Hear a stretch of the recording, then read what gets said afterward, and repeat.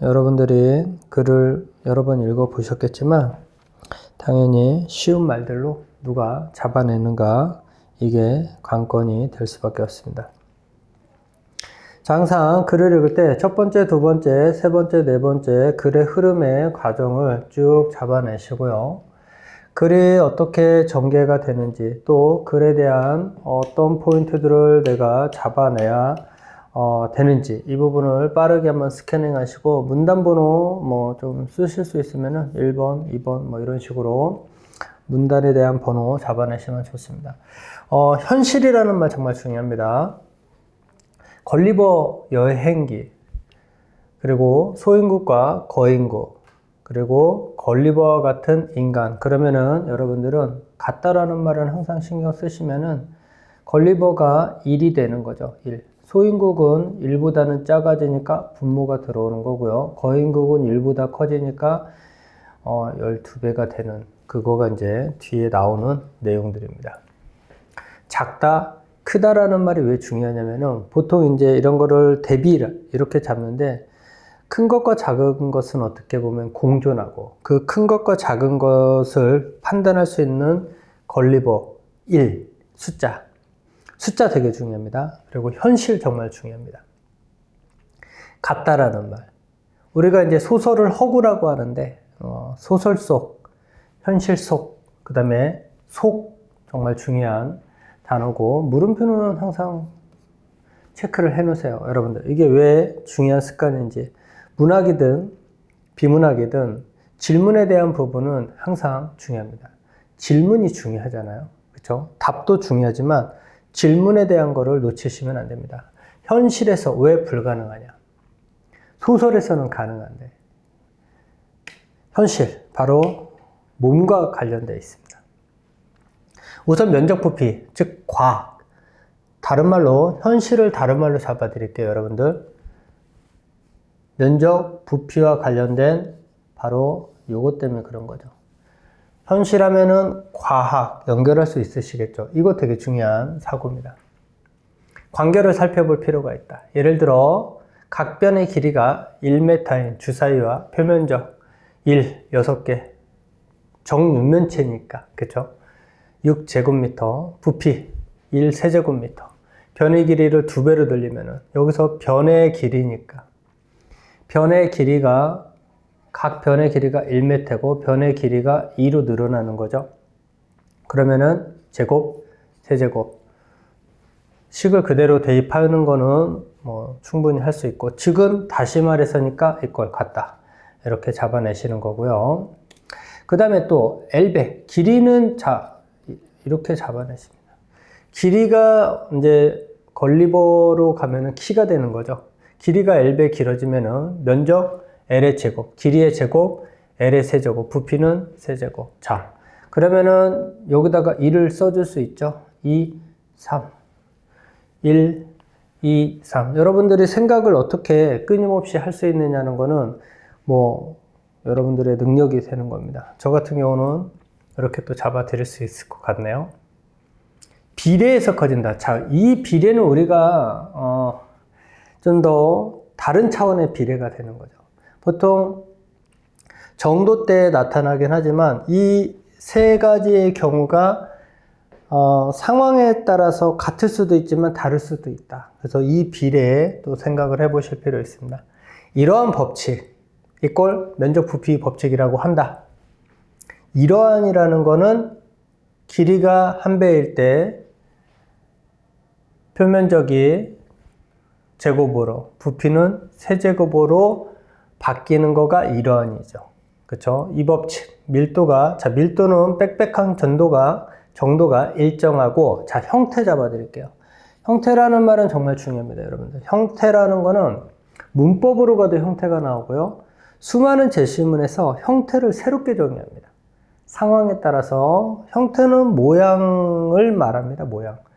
과학적인, 시각적인 부분이 작용하는, 형태는 그대로 유지한 채 크기만 바뀌는 경우라면은 물체가 어떤 형태이든 그대로 100% 적용된다.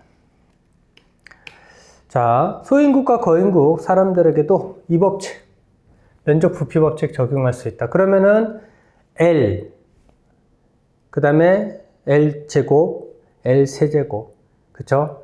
길이, 면적, 부피과 사람하고 연결했을 때 어떻게 말을 바꿀 수 있는지 한번 보실까요? 걸리버의 키와 몸무게, 걸리버의 키와 몸무게를 174, 68이라고 가정할 때 이 법칙을 적용해 보면 키는 걸리버의 12분의 1, 그쵸? 소인의 키는 걸리버의 12분의 1, 그 다음에 거인은 12배가 되니까 21배. 얘가 바로 그러면 뭐가 되는 거죠? 키니까 L이 되는 거죠. 그죠? 그리고 물체의 밀도가 일정하다면은 무게는 이꼴 부피다. 요거 잡으셨으면 이때 비례는 진짜 같다는 얘기죠. 앞에 비례는 살짝 다른 비례지만 걔는 이제 일정하게 커지는 거고 똑같이, 그렇지만 이때는 둘이 바꿔도 된다라는 거죠. 무슨 말씀이냐면은 지금 앞부분에서 여기서의 비례는 얘네와 얘네를 바꿀 수는 없잖아요. 그쵸? 그러니까 커지는 패턴이 같아진다는 거지. 하지만 여기서의 비례는 바꿀 수 있다는 겁니다. 그쵸? 때문에 소인은 걸리버의 세제곱, 12의 세제곱분의 1인 40g, 거인은 걸리버보다 L의 세제곱이니까 117톤 나가게 된다. 그런데 이렇게 되면은 소인국 사람과 거인국 사람들은, 자, 중요한 단어, 정상적인 생활을 할 수 없다. 문제가 발생한다. 여러분들 문제가 발생하면은 이렇게 생각하시면 좋습니다. 이거를 내가 고민하고 해결하면은 나의 콘텐츠가 된다. 문제라는 거가 어떻게 보면은 이제 사실 사람들이 많이 싫어하거든요. 근데 그 문제를 즐길 수 있는 사람이 정말 콘텐츠를 가질 수 있다라고 보시면 됩니다. 앞에서 꼭 체크해야 되는 정보는 이거죠. 부피는 이꼴 무게다. 이렇게 머릿속에 잡으셨으면 좋습니다. 인간과 같은, 자, 인간은 오늘 또 이렇게 머릿속에 정리하세요. 뭐 동물이다 이렇게 말씀하셨지만 항온, 항상 온도가 일정하게 유지되는, 변함없이 체온을 일정하게 유지하기 위해서 몸에서 끊임없이 에너지를 생산한다. 자, 괜찮죠? 당연한 얘기지만 생산 발산. 자, 사실 생산하고 발산이 이꼴이 돼야만이 에너지를 일정한 거죠. 이게 바로 핵심입니다. 변화가 정말 중요한데 또 우리의 체온은 변하면 절대 안 되는 그런 상황이 되죠. 물론 조금씩 바뀌는 건 되지만 갑자기 체온이 올라가면 문제가 생긴 거죠.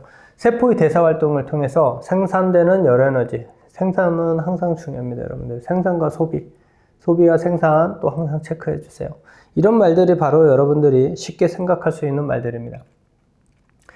열에너지는 몸의 부피에 비례한다. 자, 보세요. 이걸 나왔죠. 다시. 자, 여기서 생산되는 열에너지 이꼴 부피. 그러면 아까 부피가 무게하고도 관련되어 있었잖아요. 그러면은 제가 계속적으로 말씀드리는 부피, 무게, 에너지 생산은 같은 말이고 앞으로 계속 치환이 될 겁니다. 그리고 적정 체온 유지하기 위해서는 체외로 안과 밖, 그 다음에 발산되는 열에너지는 몸이 표면적에 비례한다. 이게 우리입니다. 인간 1일 때. 근데 이제 12분의 1이 되거나 곱하기 12가 됐을 때는 이제 얘네들이 변수가 생기기 때문에 그죠? 문제가 되는 거죠. 그래서 면적 부피의 법칙을 적용하면은 소인국 사람들은 걸리버에 비해서 부피는 분모가 엄청 커졌다는 거는 결과값이, 즉 부피가 뭐였죠? 부피 이꼴, 여기서 놓치면 안 됩니다. 바로 이쪽으로 가야죠. 여러분들은 이제부터 부피는 바로 열에너지 생산 또는 몸무게. 근데 몸무게가 일단 가장 쉽죠. 열에너지 생산, 다른 말로 부피. 계속 같은 말로 쭉 가는 거죠. 표면적은 그런데 별로 안 좋아요. 근데 그럼 표면적은 뭐죠? 부피가 생산이면 표면적은 발산. 이렇게 연결이 되는 거죠. 그러면은 정말 문장과 문장 간의 연결을 끊임없이 확인했기 때문에 여러분들은 이제부터 정말 쉬워지는 겁니다. 어쨌든 문제가 생긴 거죠. 같이 내려가던가 같이 올라가던가. 다른 말로 가면은 생산과 발산이 같아져야 되는데 생산과 발산이 불일치하니까. 생산은 조금 많은데 결과적으로. 발산이 많아지니까 온도, 체온, 항온이 안 되는 거죠. 그렇죠? 몸 밖으로. 즉 밖. 안과 밖도 엄청 중요한 여러분들이 생각해 볼 포인트입니다. 에너지 양은 12의 제곱분의 1밖에 줄어들지 않은 거예요. 근데 생산이 엄청 줄어들었죠. 생산되는 에너지 양보다 발생되는 에너지 양이 많다. 이 말도 바꿨죠. 그렇죠? 나가는 건 조금 줄었고 생산되는 거는 많이 줄었다를 조금 뒤집으면 생산은 조금 하는데 나가는 거는 많다. 이렇게 바꿀 수 있다는 겁니다. 어쨌든 항온 유지가 안 되는 거죠. 체온 유지가. 자, 거인국 사람들도 심각한 상황에 처하게 되는데 뭐 어쨌든 반대 상황 잡을 수 있지만 여기서 더 심각한 거, 체온보다 더 심각한 거는 이제 무게를 지탱해야 하는 힘이 부족한 겁니다. 자, 힘도 새롭게 정의되는 거죠. 무게는 아까 뭐였죠? 부피였죠. 동물은 근육의 힘으로 무게를 지탱한다. 힘하고 또 뭐가 그럼 같아야 되는 거죠? 무게가 같아야 되는데 근육이 낼 수 있는 힘의 세기는 근육이 단면적에 비례합니다. 그리고 힘은 이꼴 다시 단면적으로 또 연결이 됩니다. 이 역시 아까 L제곱, L세제곱의 비례와는 조금 다르죠. 이 둘은 이제 바꿀 수 있습니다. 정확하게 일치하는 거죠. 마치 아까 생산과 발산이 일치하듯이. 만일 근육 모양을 그대로 유지한 채 몸의 길이가 2배가 된다면 거인국이니까.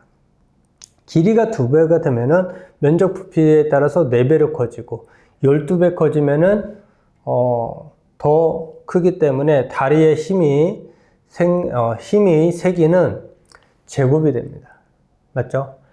자, 힘은 요만큼 커졌는데, 조금 커졌는데, 무게는 엄청 커진 거죠. 사실 이 둘이 같아야 되는데. 자, 그러니까, 앞에서는 비례라고 똑같이 말했는데, 지금 비례에 문제가 생긴 거죠. 둘이 같은 거가 진짜 비례. 그러니까 비례를 표현하는 것도 어렵다라고 보시면 돼요. 아까 L제곱, L세제곱이 패턴이 같아지는 거, 같이 늘어나는 것도 비례지만 이렇게 같아야 되는 것도 비례가 된다라는 거. 늘어난다. 그런데 어쨌든 얘가 같지 않은 거죠. 그러니까 문제가 되는 겁니다. 같아야 되는데 이렇게 되니까 문제다. 이는 거인국에 다른 말로 정상적으로 살 수 없다. 이렇게 되는 겁니다. 이는 거인국, 사람의 무게가 다리로 버틸 수 있는 힘, 근육의 힘, 다른 말로 숫자로 바꿀까요? 12의 제곱. 그쵸? 세기보다 커지는 것이 뜻한다. 무게는 12의 세제곱. 이제 바로 얘가 또 연결이잖아요. 이 꼴이잖아요. 그쵸? 이런 식으로 여기로 가자. 그쵸? 할 게 너무 많죠. 결국 거인국 사람은 다리가 부러지거나 왜 힘이 모자라니까 땅에 주저앉게 된다. 자, 크기는 형태를 결정하는 중요한 요인이다. 오늘 정말 제일 아름다운 말이 이 말입니다.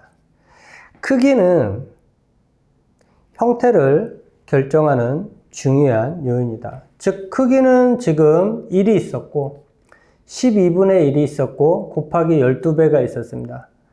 이 크기라는 거는 형태를 결정하는, 즉 형태, 우리의 모양을 결정하는 중요한 요인이다. 그러니까 크기가 중요하다는 거죠. 형태는 결과고 크기는 요인이 되는 겁니다. 그뿐만 아니라 크기는 생명의 생존 방식과도, 생존 방식이 뭐죠? 생명체의 생존 방식은 항온, 우선 나온 거는, 또는 버티는 거, 힘으로 버티는 거, 몸무게를. 만약 걸리버 여행기의 등장인물들이 실제로, 또 나왔죠? 12분의 1이나 곱하기 12가 실제로 존재한다고 가정한다면 소인국과 거인국 사람들은 결코 걸리버와 같은, 즉 우리 인간과 같은, 일과 같은 인간의 형태는 크기가 형태를 결정하는 중요한 요인이었잖아요. 그러니까 크기가 작아지거나 12분의 1로 작아지거나 12배로 커졌을 때 이 크기는 지금의 형태와 생존 방식, 즉 항온의 방식을 지니고 있지 못할 것이다. 즉 크기가 바뀌어야 된다는 겁니다. 어떻게? 단순하죠. L제곱이면은 몸무게도 L제곱, 세제곱이면은 세제곱. 즉 면적과 부피가 진짜 비례가 돼야 되는 거죠. 또는 근육의 힘과 부피가 같이 움직여야 된다는 거죠. 그게 바로 이 글의 결론이었습니다.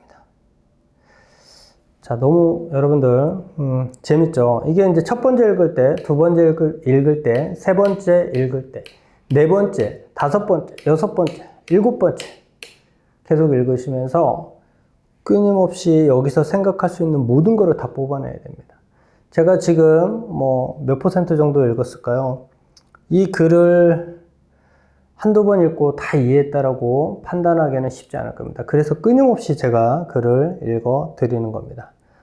다음 강의에서 또 다른 관점으로, 더 재밌는 관점으로, 업그레이드 된 관점으로 뵙도록 하겠습니다.